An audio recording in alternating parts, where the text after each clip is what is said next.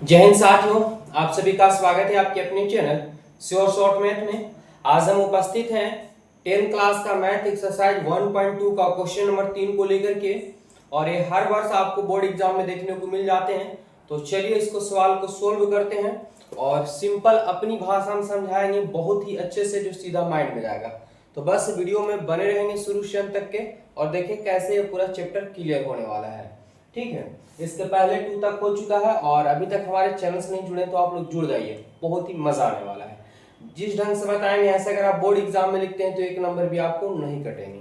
सवाल है कि अभाज्य गुणनखंड विधि द्वारा, आपको सवाल पहले ही समझा दिया गया कि जब भी बनाना तो अभाज्य गुणनखंड करके ही बनाना है। विधि द्वारा निम्नलिखित पूर्णांकों के, यानी संख्या के जो प्लस में दिए गए का एचसीएफ यानी महत्तम समवर्तक, जिसको मसा बोलते हैं, और लघुत्तम समावर्तक यानी जिसको लसा बोलते हैं, ज्ञात करना है। ठीक है, बहुत सिंपल है, बस बने रहे मेरे साथ, देखिए कैसे चुटकियों में सभी क्लियर होने वाले हैं। तो सबसे पहले आपके पैराग्राफ छूटा हुआ रहता है, क्या लिखेंगे, हल लिखेंगे, और देखें क्या क्वेश्चन हमारे पास दिया हुआ है। तो क्वेश्चन आपको दिया हुआ देखेंगे क्या, 12, 15 और 21 है। तो सबसे पहले हमें क्या करना होगा कि अभाज्य गुणनखंड के रूप में तोड़ने होंगे, क्योंकि सवाल पहले पूछ दिया कि अभाज्य गुणनखंड विधि द्वारा ही। तो जब भी किसी भी संख्या को आप तोड़ते हैं तो हमेशा वो अभाज्य गुणनखंड के रूप में ही टूटता है। अभाज्य गुणनखंड सबको जानते होंगे कि वैसी संख्या होती है जो केवल खुद से कटती है और एक से, इसके अलावा किसी से भी नहीं कटता है। सबसे छोटी अभाज्य संख्या 2 होती है, 3 होता है, 5 होता है, यानी सबसे छोटा 2 होता है, और 7 होते हैं, 9 नहीं होगा क्योंकि 9 3 से कट जाते हैं, 11, 13, 17। ठीक है, तो चलिए सोल्व करते हैं। तो हम क्या करेंगे, सबसे पहले 12 को तोड़ेंगे, 15 को तोड़ेंगे और 21 को तोड़ेंगे। देखते जाइए कैसे चुटकियों में क्लियर होने वाले हैं आपके सामने। ये हम रफ कर रहे हैं, आप लोग कॉपी का सबसे लास्ट वाला पेज में आप रफ करेंगे। ठीक है, 12 को तोड़ेंगे तो सबसे छोटी अभाज्य संख्या क्या होती है, 2 होती है, तो 2 से ही टूटेंगे। तो सबसे पहले 2 से लगाएंगे, 2 से कितना बार में, 6 बार में, 2 से ही लगाएगा, 2 3 6। अब 3 जो है अभाज्य संख्या, और अभाज्य संख्या किसी से भी नहीं कटता है, तो क्या हमारे पास हो जाएंगे, तो 2 कितनी बार है, 2 बार है, तो 2 गुने 2 गुने 3 है। इसको हम ऐसे भी लिख सकते हैं कि 2 कितने बार है, तो 2 बार है, यानी 2 का पावर 2 लिख सकते हैं, और 3 कितने बार है, 1 बार है, तो 3 का पावर 1 लिख सकते हैं। चलिए 15 को तोड़ते हैं, तो 15 को तोड़ेंगे तो 2 से नहीं टूटेगा क्योंकि लास्ट में सम संख्या नहीं है। 3 से टूटने का नियम है कि जो संख्या दी है उसे जोड़ने के बाद 3 का पहाड़ा में आया तो वो 3 से कट जाते हैं। तो 5 1 6 यानी 3 से कटेंगे तो 3 5 15, 5 अभाज्य संख्या, इसके बाद उतना ही छूट जाएगा क्योंकि वो किसी से और कटने वाला नहीं है। यहाँ पे 3 कितने हैं, तो 1 है, 5 कितने हैं, तो 5 1 है, तो 5 के पावर 1 कर लेते हैं। चलिए 21 को तोड़ते हैं। 21 को अगर आप तोड़ेंगे तो 3 से, देखिए 2 1 3, यहाँ 3 का पारा में 3 आता है, तो 3 से 21, 7 भी अभाज्य संख्या है, किसी से नहीं कटेंगे, बस इतना ही छोड़ दीजिए। तो 3 गुने 7, 3 कितने बार है, तो 1 बार है, 7 कितने बार है, तो 1 बार है। चलिए इसको हम क्या किए, तो रफ किए हैं, इसलिए इसको मिटाएंगे। आप लोग क्या बताएं कि पेज का लास्ट में करेंगे, या जहां भी आपको ऐसा पेज वगैरह है तो उसमें आप रफ करेंगे। कंप्लीट है। चलिए यहाँ पे हमें क्या लिखना होगा, ध्यान समझेंगे, इसलिए 12, 15 और कितना 21 का HCF क्या निकाल रहे हैं हम लोग, HCF। अगर आप कल वीडियो देख चुके होंगे तो बिल्कुल ये आंसर आप लोग को अब तक कमेंट बॉक्स में आ गया होगा। ठीक है, तो सबसे पहले आप जानेंगे कि HCF जिसको महत्तम समवर्तक कहते हैं, और मसा कैसे निकलता है, HCF कैसे निकलता है। तो हम लोग क्या जाने थे कि वैसी संख्या जो सभी में मिलती है या जो कॉमन होती है वही हमारे पास मसा होती है। जैसे इसमें 7 है लेकिन इसमें 7 नहीं है, ठीक है, तो 7 नहीं होगा। अच्छा इसमें 5 है, इसमें 5 नहीं है, इसमें नहीं है, तो 5 नहीं होगा। इसमें 3 है, इसमें 3 है, इसमें 3 है, तो 3 हमें तीनों में मिल गया, यानी 3 का हो गया कॉमन हो गया। अच्छा 2 यहाँ देखेंगे तो 2 इसमें है लेकिन 2 यहाँ नहीं है, 2 यहाँ नहीं है, यानी तीनों के तीनों में मिलना चाहिए। जितने भी संख्या रहेंगे सभी में मिलना चाहिए, तो ही जाके हमारा मसा बन पाता है। लेकिन कोई संख्या नहीं मिला, केवल 3 मिला, और 3 एक बार मिला है, तो तीनों को बदले एक बार 3, यही हमारे पास क्या हो जाएगा, मसा हो जाएगा। कंप्लीट है, मसा हमारे पास क्या हो गया, 3 हो गया। क्यों 3 हुआ, क्योंकि तीनों में मिला 3 जो कॉमन ग्रुप में है, और मसा वही संख्या कहलाती है जो तीनों में मिलता है। यानी 3 के पावर 1 3 के पावर 1 3 के पावर 1 मिले 3 हो गया। अब हमें क्या निकालना होगा, तो लसा, तो 12, 15 और 21 इसको घेर देंगे का एलसीएम। अब हम क्या निकाल रहे हैं, एलसीएम निकाल रहे हैं, एलसीएम को लघुत्तम समावर्तक। और कल आप लोग को समझाए थे कि लघुत्तम समावर्तक यानी लसा जो निकलता है वो कैसे निकलता है।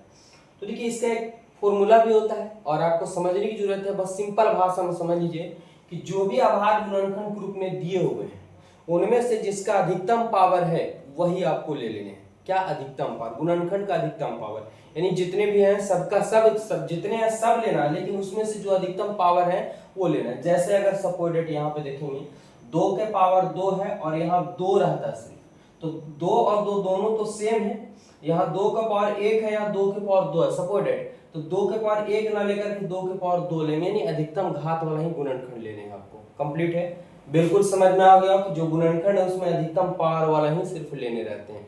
ठीक है, तो 2 का अधिकतम पावर, तो 2 कहीं ना नजर आ रहा, सिर्फ 2 इसमें है और 2 का अधिक से अधिक पावर 2 है, तो आपका 2 के पावर 2 हो गया। चलिए, लेकिन गुणनखंड में जितने हैं सबके सब लेना होगा हमको। अब 2 के बाद कौन संख्या आएगी, तो 3 संख्या है, तो 3 का पावर 1 है, 3 के पावर 1 है, 3 का एक पावर 1 है, यानी 3 का अधिक से अधिक पावर सिर्फ एक ही है, तो 3 का अधिकतम पावर एक ही होंगे। कंप्लीट है। चलिए 5 देखते हैं, तो 3 के बाद 5 है, 5 कहाँ है, तो 5 के अधिक से अधिक पावर 1 है, तो 5 का अधिकतम पावर 1 ही लेंगे आपके पास। 5 के बाद 7 है और 7 का अधिकतम से अधिक से पावर क्या है, तो 1 है, तो 1 ही लेंगे। अगर 7 का पावर यहाँ 2 रहता तो 7 का पावर 2 लेते हैं, 7 का पावर 1 नहीं लेते।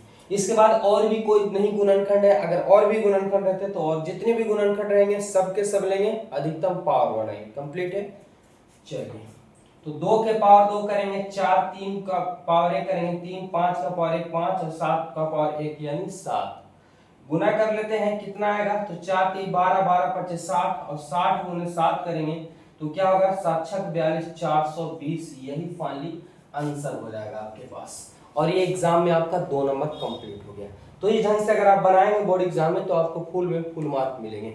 चलिए, पहला क्वेश्चन हमारे पास कंप्लीट हो गया। दूसरे क्वेश्चन को देखते हैं, तीसरे क्वेश्चन को देखते हैं। वीडियो में बने रहेंगे। चैनल को अभी तक नहीं सब्सक्राइब किया तो कर लीजिए, क्योंकि चैप्टर बाय चैप्टर यहाँ पे पूरा क्लियर होने वाले हैं। चलिए, क्वेश्चन नंबर 2 है, क्या है हमारे पास 17 23 और 29। ठीक है, तो इन संख्या को हमें क्या करना होगा, तो सबसे पहले क्या सवाल ही बोल चुका है कि अभाज्य गुणनखंड विधि द्वारा, यानी सबको हम तोड़ेंगे पहले अभाज्य गुणनखंड के रूप में। तो कितना है, 17 है, 23 है और 29 है। आप देख रहे होंगे कि 17 कौन संख्या, अभाज्य संख्या ऑलरेडी पहले से ही है, और अभाज्य संख्या किसी से नहीं करते, केवल एक से और खुद से करते हैं। 23 भी वही है अभाज्य संख्या, 29 भी वही है अभाज्य संख्या। तो क्या करेंगे ऐसे स्थिति में, तो चलिए 17 किसी से नहीं कट सकता, लेकिन 17 गुने क्या हम 1 कर सकते हैं, क्योंकि 17 कम 17 होते हैं, बिल्कुल कर सकते हैं। 23 नहीं किसी से कट सकता है, टूट सकता है, तो 1 से टूट सकता है, 23 गुने करेंगे 23 हो जाएंगे। 29 कुछ नहीं तो 29 गुने करेंगे 1, क्योंकि ऑलरेडी एक सभी में छुपे रहते हैं, ऐसे भी आप समझ सकते हैं। कंप्लीट। यहाँ पे हम तोड़ लिए। अब क्या लिखेंगे, तो देखेंगे 17 23 और बहुत सिंपल है 29 का HCF। जब यहाँ पे हम HCF देखें तो HCF आप लोग को क्या बताएं कि सबसे न्यूनतम कॉमन, यानी जो सभी में मिल जाते हैं वही हमारे पास क्या होता है, मसा होता है। क्या है, यहाँ 23 17 है लेकिन इसमें 17 नहीं है, तो 17 में मिला नहीं। 23 इसमें है लेकिन इसमें नहीं है। 29 इसमें है लेकिन और कहीं नहीं है, तो नहीं होगा। लेकिन अगर आप देखें तो कुछ भी नहीं, अगर एक हटा देते तो कुछ नहीं, तो एक तो सब में छुपे रहते हैं, यानी एक सब में क्या मिल जा रहा है, कॉमन मिल जा रहा है। एक क्या, तीनों में मिल गया, यानी वो कॉमन हो गए, और यही हमारे पास क्या हो जाता है, मसा हो जाता है। तो एक क्या होगा हमारे पास, आंसर कंप्लीट हो गया। मसा क्या हो जाएगा इसका, तो 1 हो गया। चलिए, अब क्या निकालेंगे, तो 17, 23 और 29 का एलसीएम। चलिए, जब एलसीएम निकाले तो आपको क्या बताएं कि जितने भी गुणनखंड है उसका जो है अधिकतम घात वाला पावर ही ले लेने हैं। जैसे स्टार्ट कहां से है, तो आप देखेंगे कि 1 है, लेकिन 1 को यहाँ पे लेंगे नहीं लेंगे, क्योंकि 1 ऑलरेडी छुपा रहता है, और है ना, 1 लेने से भी कोई फायदा नहीं होने वाला है। तो सबसे छोटा ग्रुप में क्या है, 17, और 17 का अधिकतम कितने बार है, तो 1 बार, यानी 17 एक बार हो जाएंगे। 17 के बाद क्या आएगा हमारे पास 23 हो जाएंगे, तो 23 लिख देंगे। 23 के बाद क्या 29। और भी कोई अभाज्य गुणनखंड है नहीं है, और एक है तो एक आप लिखेंगे तो भी कोई फर्क नहीं पड़ने वाला, क्योंकि एक से गुना करने के बाद वही रह जाता है। चलिए इसको गुना कीजिए फटाफट से, तो क्या होगा हमारे पास, इसको साइड में गुना कर लेते हैं। 17 गुने क्या करेंगे 23, देखेंगे 17 तिया 51 हो गया, और 17 गुना 34 हो जाता है। क्या आएगा 1 5 4 9 3 का 3 गुना कितना सौ होगा 29 होगा। क्या होगा 9 एकम 9 9 9 81, हाथ में 8 हो गया, 9 तिया 27 27 27 और 8 27 और 8 35 35 हो गया हमारे पास गुना 2 एकम 2 और 9 दूना 18 के 8 हाथ में 1 3 दूना 6 1 7। अब चलिए 9 का 9 2 1 3 8 और 5 13 का 3 हाथ में 1 7 और 3 10 1 11, यानी 11,339। यही फाइनली आपका आंसर हो गया। तो बस यही करना था, आपको कुछ करने की जरूरत नहीं था, और फाइनली आपका एग्जाम में ये कंप्लीट हो। यहाँ पे आप क्या कर सकते हैं, आंसर कर सकते हैं। ये आपका बन गया मसा और लसा। उम्मीद है कि बहुत ही अच्छे से सरल तरीका से अपनी भाषा में सभी के सभी सवाल आपको समझ में आ रहे होंगे। ठीक है, तो चलिए इसको स्क्रीनशॉट लेते हैं। एक सवाल और बचा हुआ जिसको सोल्व करते हैं, वीडियो में बने रहेंगे। आइए मेरे दोस्त, एक सवाल और बचे हुए हैं। क्या है 8, 9 और क्या हमारे पास 25 है। इसे क्या करेंगे, तो बिल्कुल आप समझ गए होंगे कि सबसे पहले अभाज्य गुणनखंड पूछा है तो सबको तोड़ेंगे, और जो भी टूटेंगे उसमें जो कॉमन होगा वही हमारे पास मसा हो जाएगा। लसा के लिए जो भी गुणनखंड का अधिकतम पावर वाले होंगे वो सबको ले लेंगे, और फाइनली आपका आंसर आ जाएगा। तो बहुत है नहीं जी, चलिए देखते जाइए। 8 9 और 25, अगर बात करें तोड़ने का 8 का, तो 8 तोड़ेंगे 2 से 4 आएगा, 4 आएगा, 4 को तोड़ेंगे 2 आएगा, 2 2 दूना 4 4 दूना 8। बिल्कुल आप तोड़ सकते हैं, सिंपल है, इसमें कोई ज्यादा दिमाग लगाना नहीं। 9 है तो 9 3 से 3 तिहाई 9 हो जाते हैं। 25 को तोड़ेंगे तो 5 से टूटेगा, 5 गुने 5, ये तो सबको पता होगा, क्योंकि इसको नहीं तोड़े क्योंकि सिंपल है। सिंपल को ऐसे भी आप तोड़ सकते हैं। जैसे अगर आपसे पूछ दिया जाए कि 6 और 4 कितने होते हैं, तो डायरेक्ट 6 और 4 जोड़ेंगे, डायरेक्ट माइंड में उतना दिमाग काम करता है कि 6 और 4 10 बता दीजिएगा। ठीक है, तो चलिए ना बने रहेंगे, देखेंगे क्या लिखेंगे हमारे पास। इसलिए 8, 9 और 25 या आप डायरेक्ट लिख सकते हैं, लीजिए लिख देते हैं, और 25 का HCF। तो बताइए इतना का HCF क्या होगा। तो यहाँ पे हम देख रहे हैं कि सबसे पहले आप संख्या को तोड़ेंगे तो 2 का अधिकतम पावर 3 आया, 3 का अधिकतम पावर 2 आया, और 5 का अधिकतम पावर यहाँ पे 2, और इसके अलावा कोई भी नहीं है। हम लोग क्या पढ़े अभी, जस्ट पढ़ के गए हैं कि मसा उसी कहते हैं जो तीनों में मिलता है। मसा उसी को कहते हैं जो सभी में मिलता है, या तीनों है तो तीनों में मिलते हैं, कॉमन होते हैं। क्या यहाँ 2 है इसमें 2 है नहीं, इसमें 5 है इसमें है नहीं है, इसमें 5 है इसमें नहीं, इसमें 3 है इसमें नहीं, कुछ भी नहीं मिला तो क्या 0 लिख सकते हैं, नहीं चला। एक सब में मिलता है, क्योंकि एक गुणनखंड एक से सभी संख्या कटती है। कंप्लीट है, तो कुछ नहीं है तो हम गुना क्या कर सकते हैं, एक इसमें कर सकते हैं, गुना अपने मन से भी कर सकते हैं, क्योंकि एक सबसे कट जाता है। कंप्लीट है, 0 कभी आंसर नहीं आएगा। तो हमारे पास आंसर क्या होगा, तो देखिए एक सभी में तो मिल रहा है ना, कोई संख्या नहीं मिला तो 0 तो आंसर होगा नहीं, तो एक सभी में, क्योंकि एक सभी से कट जाते हैं इसलिए एक सभी में है। तो देखिए 8 एकम 8, यानी 8 से 8 बार में कट जाएगा, एक 8 को एक बार में, 9 से 9 कितने बार कटेंगे, तो एक बार में, 25 से कम 25 तो एक बार में कट जाएंगे। यहाँ पे हमारे पास मसा कितना होगा, तो 1 होगा, क्योंकि 1 से सभी संख्या कटेंगे। 1 से 8 काटेंगे तो 8 बार में, 1 से 9 काटेंगे 9 बार में, 125 काटेंगे 25 बार में, तो हमारे पास मसा कुछ नहीं, तो क्या मिला, 1 मिल गया। कंप्लीट है। चलिए अब लसा की बारी है। तो 8, 9 और क्या दिया हमारे पास 25 का LCM। अब LCM हम लोग क्या पढ़े कि गुणनखंड का अधिकतम घात वाला ही आपको लेने। जैसे 2, तो 2 सिर्फ कहां दिया हो, तो 2 यहाँ दिया हो। 2 का अधिक से अधिक पावर 3 है। अगर 2 का पावर यहाँ पे गुना के चिन्ह रख करके 2 का पावर 5 रहता तो 3 वाला ना लेकर के हम 5 वाला लेते हैं। कंप्लीट है, तो 2 का अधिकतम पावर 3 है, तो यही आपके पास चला है। अब 2 के बाद कौन गुणनखंड है, तो 3 आएंगे। तो 3 कितना, तो 3 का अधिक से अधिक पावर, और कहीं 3 है नहीं, 3 का अधिकतम पावर 2 है, तो अधिकतम पावर भी लेने हैं। 3 के बाद कौन है, 5, 5 और कहीं है नहीं, तो 5 का अधिकतम पावर 2 है, तो 5 का अधिकतम पावर 2। क्या और भी कोई है, तो कहें नहीं। अगर 5 के बाद यहाँ पे 7 रहता 1 रहता तो 7 की पावर 1 लेते हैं, 7 की पावर 5 रहता तो 7 की पावर 5 लेते हैं। कंप्लीट है। अच्छा, आप कहेंगे सर इसमें 1 लिए तो 1 क्यों नहीं लिए, तो 1 लिखने या ना लिखने से कोई फर्क नहीं पड़ता है, इसलिए कोई दिक्कत नहीं है। चलिए यहाँ पे 2 का पावर 3 करेंगे तो आपका 8 हो जाएगा, 2 का पावर 3 करेंगे 8 हो जाएगा, और 3 का स्क्वायर करेंगे तो 3 के 9 हो जाएगा, और 5 का स्क्वायर करेंगे 25 हो जाएगा, सबको पता है। चलिए यहाँ पे गुना करते हैं, 9 8 72, गुने कितना होगा 25, गुना कीजिए 5 गुना 10 का 0 हाथ में 1 हो गया, 7 बचे 35 और 1 36 हो जाएंगे, और 2 गुना 1 4 हो जाएंगे, 7 गुना 1 14 हो जाएगा, 0 के 0 6 4 10 का 0 हाथ में 1 हो गया, 4 3 7 7 1 8 हासिल नहीं है, 1 का 1 1800, कितना आएंगे 1800। यही फाइनली आपका आंसर हो गया। ये आप रफ में करेंगे गुना।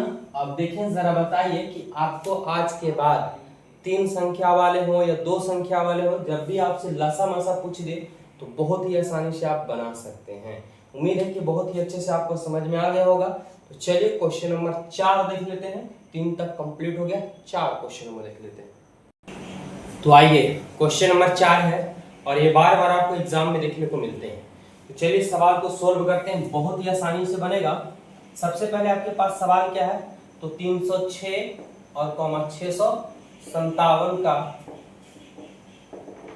का एलसीएम बराबर वाट, यही है ना। हमसे क्या पूछा है, एलसीएम पूछा है। चलिए तो आपको सवाल में आपको देख रहा हूं कि हमें क्या दे चुका है कि एचसीएफ यानी मासा हमें दे चुका है। हमसे क्या पूछा है, एलसीएम पूछा है। तो कैसे करेंगे, बहुत ही आसानी से इसको बनाएंगे। ठीक है, तो हम यहाँ पे क्या करते हैं, सबसे पहले सवाल में एलसीएम पूछा है तो हम यहाँ करेंगे माना कि ए बराबर, यानी 2 संख्याएं दे चुके हैं तो हम 2 संख्याओं को मान सकते हैं, ना भी मान सकते हैं, मान के बनाएंगे और भी अच्छा है।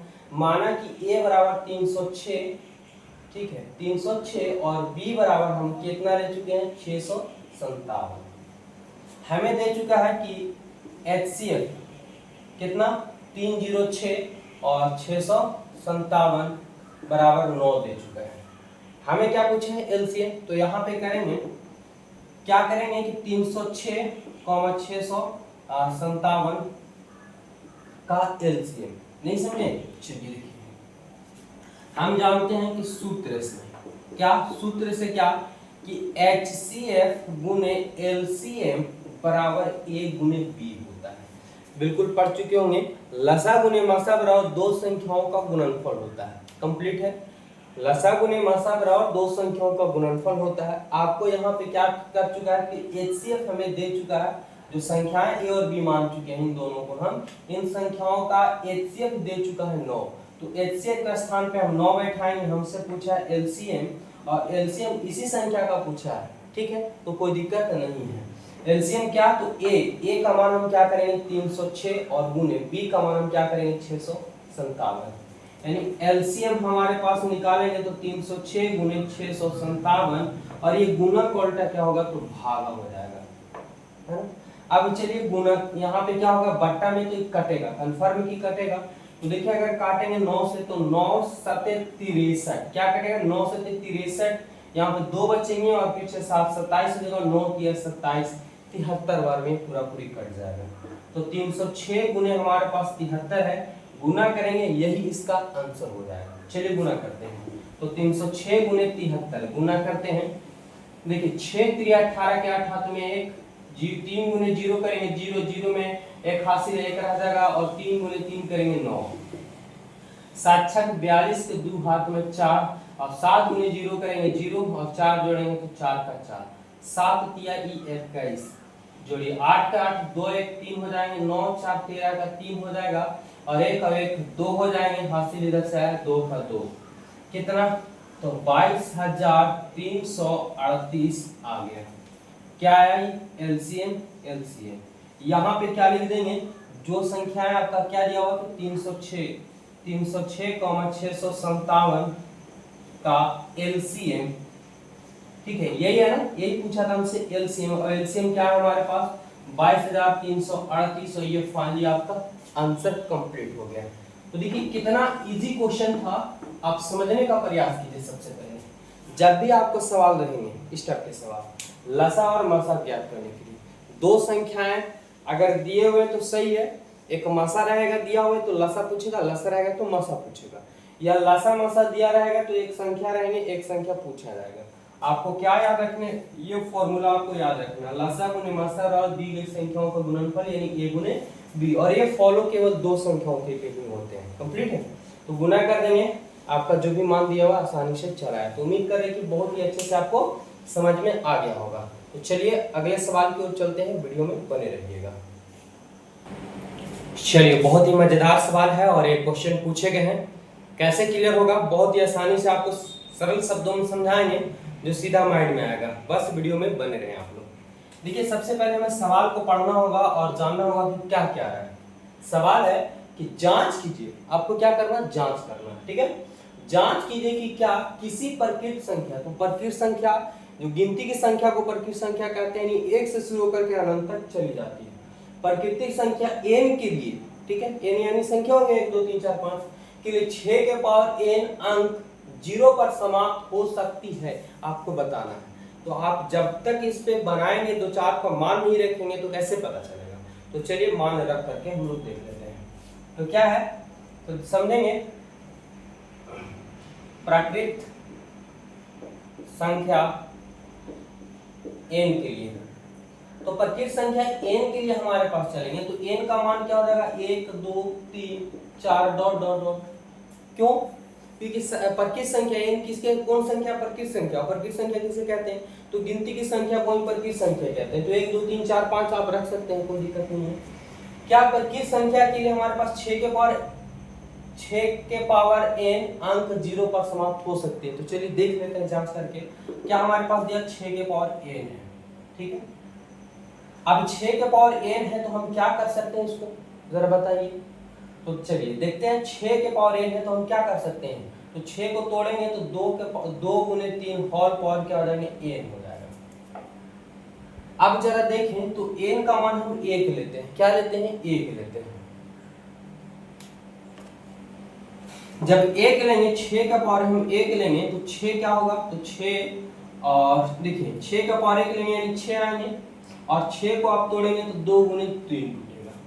अगर हम बात करें कि 6 के पावर 2 लेंगे तो 6 को अगर तोड़ेंगे तो क्या करेंगे, 6 को 2 बार गुना कीजिए यानी 6 गुने 6 आएगा, और 6 को अगर आप तोड़ते हैं तो 2 गुने 3, इस 6 को तोड़ेंगे तो 2 गुने 3। अगर आप 6 के पावर 3 लेते हैं तो 6 गुने 6 गुने 6 हो जाएंगे 3 बार। इसको भी अगर आप तोड़ते हैं तो 2 गुने 3 2 गुने 3 2 गुने 3। अगर सपोर्टेड की और लेते हैं तो 6 गुने 6 गुने 6 गुने 6 क्या होगा, 2 गुने 3, यहाँ पे इस 6 को तोड़ेंगे 2 गुने 3, इस 6 को तोड़ेंगे 2 गुने 3, इस 6 को तोड़ेंगे 2 गुने 3, इस 6 को तोड़ेंगे 2 गुने 3। अगर हम सपोर्टेड 10 भी 50 भी मान रखते हैं तो कभी भी 0 आने वाला नहीं है। सवाल को समझिएगा, सवाल क्या आता है कि जांच कीजिए कि क्या किसी भी प्रकृत संख्या n के लिए 6 के पावर n अंक 0 पर समाप्त हो सकती है। हम क्या किए, प्रकृत संख्या n के लिए, तो प्रकृत संख्या n के लिए हमारे पास 6 के पावर n दिया हुआ है, यानी 6 के n का मान हम क्या कर सकते हैं, 1 2 3 4 5 बैठा सकते हैं। तो 6 के पावर n है तो 6 को अगर आप चाहें तो तोड़ सकते हैं, तो 2 गुने 3 के पावर n कर सकते हैं, क्योंकि इसका गुणनखंड 2 और 3 के अलावा और कोई हो ही नहीं सकता। आप इसको लिखें या ना लिखें, आप यही रहने देंगे 6 के पावर 1। तो अगर n के जगह पर हम 1 बैठाते हैं तो 6 का पावर 1 यानी 6 को तोड़ेंगे 2 गुने 3, 2 बार तोड़ेंगे तो 2 गुने 3, आप तोड़ते जाएंगे तो सिर्फ और सिर्फ क्या आ रहा है, 2 और 3 आ रहा है। अब यहाँ पे थोड़ा सा दिमाग लगाइएगा कि 6 के पावर 10 भी रखेंगे तो भी इसी ढंग से आते जाएंगे। तो यहाँ पे हमें करना क्या होगा, तो देखिए 6 के पावर 1, ध्यान समझिएगा, यहाँ पर क्या लिखेंगे, यहाँ पर 6 के पावर n के लिए n का 6 के पावर n कौन संख्या है, तो प्रकृत संख्या के लिए अभाज्य गुणनखंड सिर्फ और सिर्फ क्या, 2 और 3 है। अभाज्य गुणनखंड 2 और 3, समझ रहे, 2 और 3 है। लेकिन 6 के पावर n के लिए अगर 0 पर समाप्त होगा तो इसका अभाज्य गुणनखंड 2 और 3 के अलावा 5 आना चाहिए, तो 0। जैसे अगर यहाँ पे हम 5 से गुना करेंगे तो 5 गुने 10 करेंगे तो 0 आ जाएगा पूरा। अगर हम इस संख्या में 0 से गुना करेंगे तो भी पूरा 0 आ जाएगा, यानी 6 के पावर n के लिए 0 पर समाप्त हो सकता है, लेकिन गुणनखंड 2 और 3 के अलावा 0 और 5 होना चाहिए। तो हम यहाँ पे क्या लिखेंगे, यहाँ पे 6 के पावर n पर किस संख्या के लिए अभाज्य गुणनखंड 2 और 3 है, ठीक है। 0 पर समाप्त होने के लिए 2 और 3 के अलावा 2 और 3 के अलावा अभाज्य गुणनखंड 0 या 5 होना चाहिए, जो नहीं है। अतः 6 के पावर n पर किस संख्या के लिए 0 पे समाप्त नहीं होगा, जो नहीं है। अतः 6 के पावर n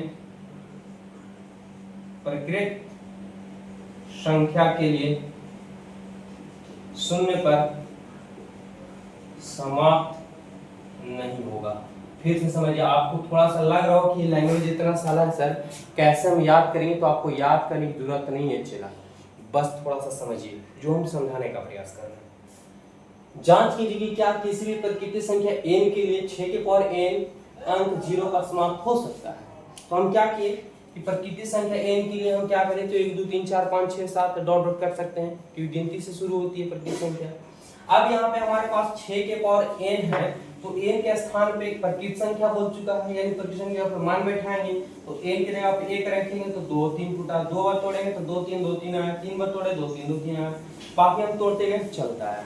अब लिखने की बारी है, तो कैसे लिखेंगे, तो थोड़ा सा समझिए। यहाँ पे कि 6 के पावर n प्रकृत संख्या का जो अभाज्य गुणनखंड है केवल 2 और 3 है। अगर 0 पे समाप्त होंगे कब, जब 2 और 3 के अलावा गुणनखंड 0 या 5 होगा, लेकिन यहाँ पे 2 और 5 और 0 नहीं है, इसलिए 0 पे समाप्त नहीं होगा। 6 के पावर n 0 पे समाप्त नहीं होगा प्रकृत संख्या के लिए, वही लिखा हुआ यहाँ पर। 6 के पावर n प्रकृत संख्या के लिए अभाज्य गुणनखंड 2 और 3 है।